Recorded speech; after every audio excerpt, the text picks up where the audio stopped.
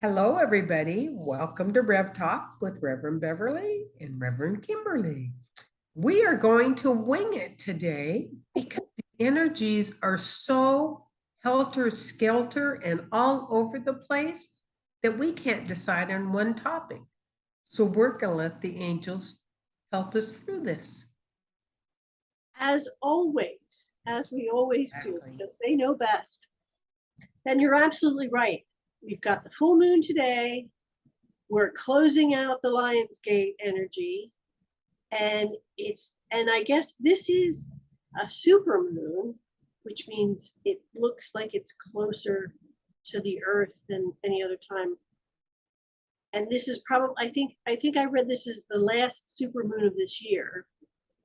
Now, of course, I don't know. I think it's 2 moons in 1 month. 2 full moons in 1 month. That's a blue moon. Oh, that's a blue moon? Oh. Yeah. This is a super moon where it's actually closest to the earth. So it looks like even bigger. But what I was reading from, I think it's Maya White, she's an astrologer. She was saying something about how the moon, doesn't have its own light. So it reflects the light from the other planets. So she was saying Saturn's in there. And I read it and I read it a couple of times and I still was like, yeah, I don't know if I get this, but it was really good because I remembered because I thought, oh, isn't that neat? Where the moon reflects the light from the other planets on. I thought it was the sun. Well, the sun also, Oh, okay. I think, I don't know. I think the other planets might have their own, I don't know. But the sun, yes, you're absolutely right. But that's the way she worded it. So I'm just repeating what she had said. And I thought, oh, Wow. I thought the same thing. That's exciting. I learned something new. I follow, it's called Earth and Sky, and they give you all the things going above the earth. And That's cool. it's interesting to see how much is going on, and that Elon Musk and his satellites, and it's just I don't know if anybody saw it. I posted it on Facebook. It was, I don't know the names, but the first rover that went to Mars has been up there a solid year giving data. Oh, yeah. Had to sing his happy birthday to himself. The Husqvarna. Yes, they did that. Yes. Lawnmowers. Yes. Did that, which I thought was kind of cute. That made me laugh. I thought, oh, that's So they all sang it. We don't have that robotic lawnmower here in the United States. It's in England and overseas. But oh, is that where that nice, that it's a robotic thing, and they actually 100 of them sang to the rover. I like that. It was so adorable, and it was just so far out of our normal because I mean, how many years it took it to get to Mars, Right. and how many years is that song going to get up there? Right, that's true. That's funny. Yeah. Oh my gosh. So, that was quite interesting. So, like Earth and Sky is the same thing as astrology, but it's more into the technology side of it. I see. Okay. So, all right, we're gonna pull a card here from the Forest Fae, our favorite deck, and we'll see what kind of guidance we get. That's a happy deck. When I was working today, I drew a card, and it was a happy card for me, and it was one on love. But I like the saying, and it was, plant a seed of love for love, and you harvest kindness. I like that. Ooh. Okay. So Kindness and happiness. So you're always happy because you're planting love.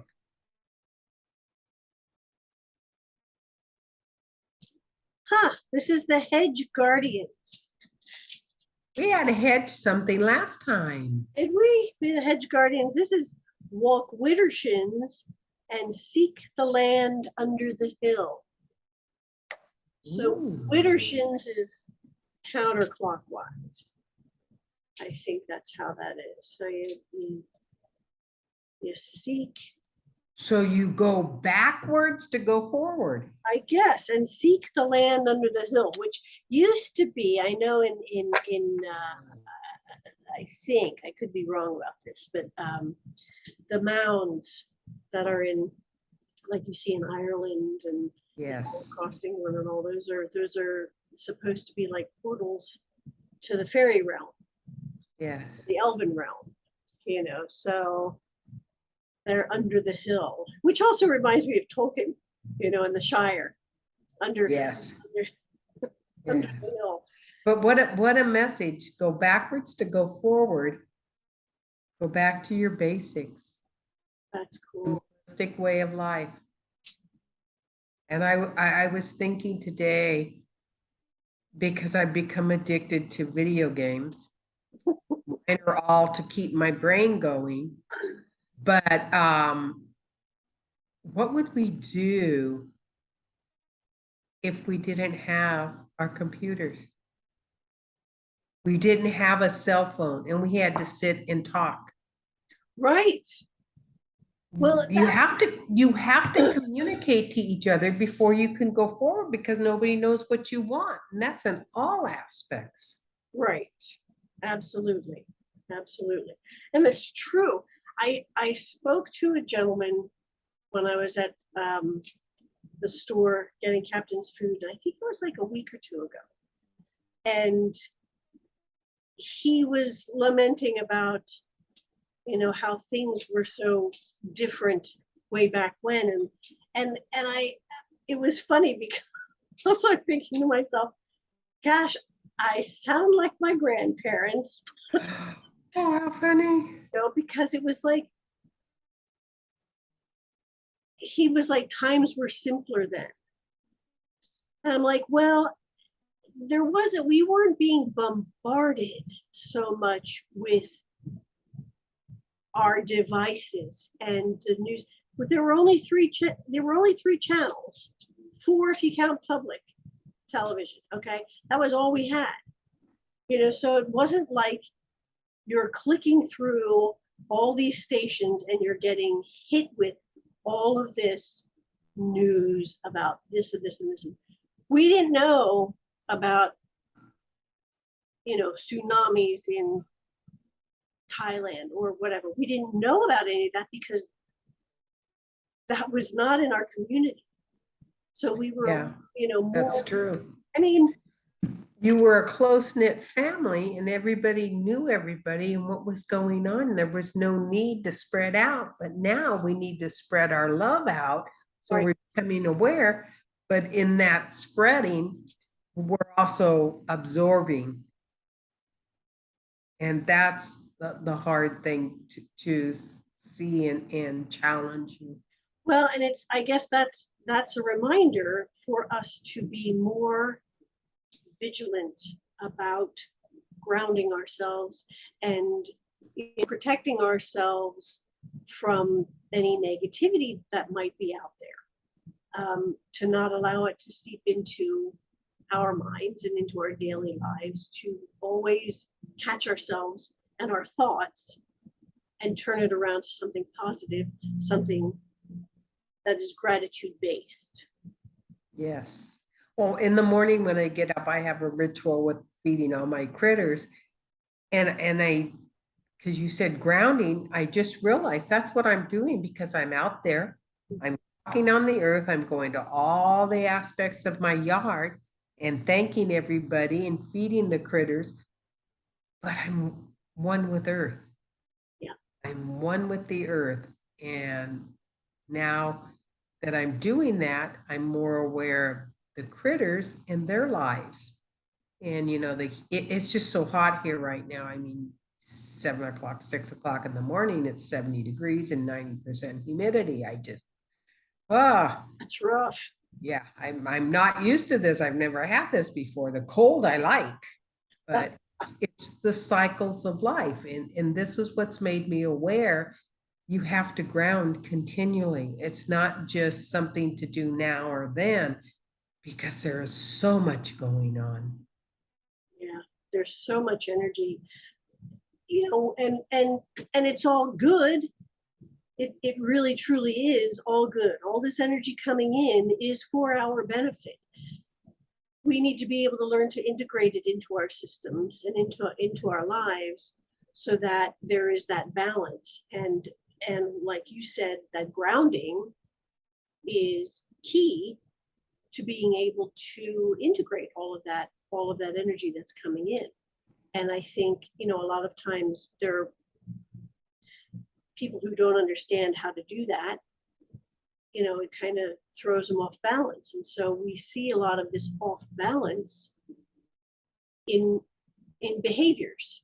Exactly. And that's where, because we are grounded, we can reach out. Right. Exactly. Because that's what we're here to do. That's exactly right. And I think that's very important. And on that note, and I'm going to segue here a little bit because I was thinking about this, and that was one of the things I wanted to say is to all of the people that are supporting us. I want to thank you so very, very much for tuning in and for supporting us and for listening. And we have more people than we thought, and it's a lot of fun.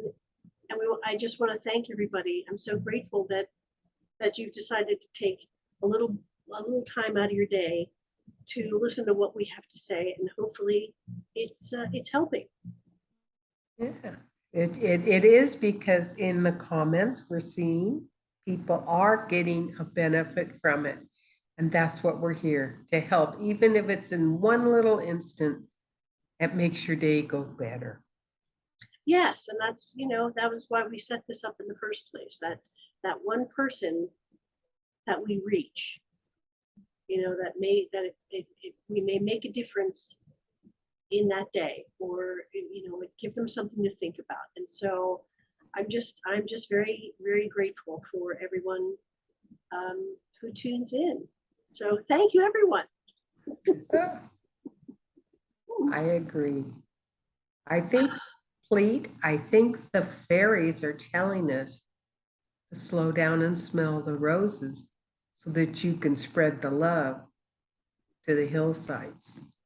Oh, that's good. I like that. It's true. It is true. And you know, I think about that. I've thought about that too when I go outside to water my garden and, you know, to feed the birds and all of that.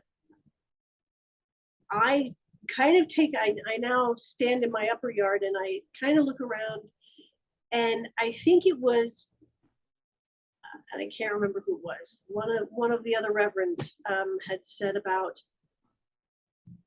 really taking a look at your surroundings and noticing. And I started doing that again.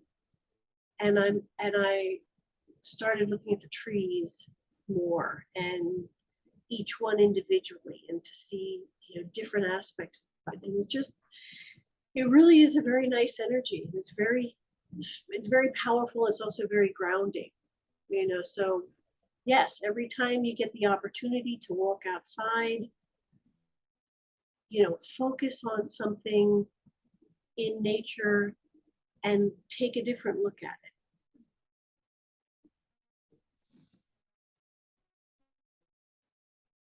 So with our hedge guardians, throw that up there again. Hedge guardians, she's got fun. She's all ready to go. Absolutely. So with that, I think, are we complete, my dear? I believe so. Okay. And again, I would like to thank everybody for joining us, and to be kind with yourself and gentle with yourself. And remember that you are unique in all the universe. There will never be another just like you in all of space and time.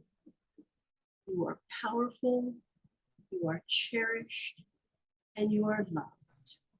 And without you, the song of the universe would be incomplete. Until next time, my friends. Yeah.